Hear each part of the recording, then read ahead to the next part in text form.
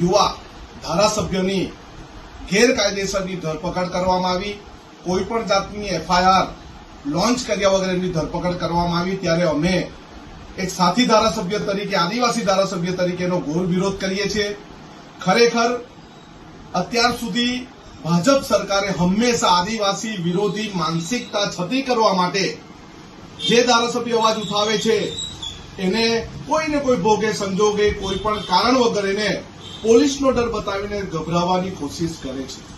અત્યારે જ અમે સુરત ખાતે ડીજીવીસીએલની ઓફિસ પર ઘેરાવો પણ કર્યો હતો, ત્યારે આદિવાસી સમાજના યુવાનો, કચડાયેલા સમાજના યુવાનો, ઓબીસી સમાજના યુવાનોની નોકરી માટે અવાજ સફળતાપૂર્વક ઉઠાવ્યો।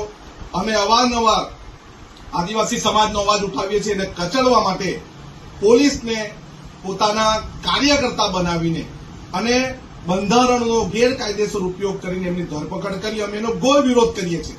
આવનારા સમયમાં જો પોલીસ તંત્ર, દેડિયાપાડા પોલીસ તંત્ર અને નર્મદા જિલ્લા પોલીસ તંત્ર જો ધ્યાનમાં નહીં લે તો અમે મોટું આંદોલન કરવા જઈ રહ્યા છે। જન આક્રોશ આંદોલન થશે, ન્યાય યાત્રા થશે, પરંતુ આદિવાસી સમાજ કોઈની સામે ઝૂક્યો નથી અને ઝૂકશે નહીં। ચેતરભાઈનો અવાજ સમગ્ર ગુજરાતમાં પડ્યો છે। અમે સૌ આદિવાસી ધારાસભ્યની સાથે છે, લડેંગે, જીતે।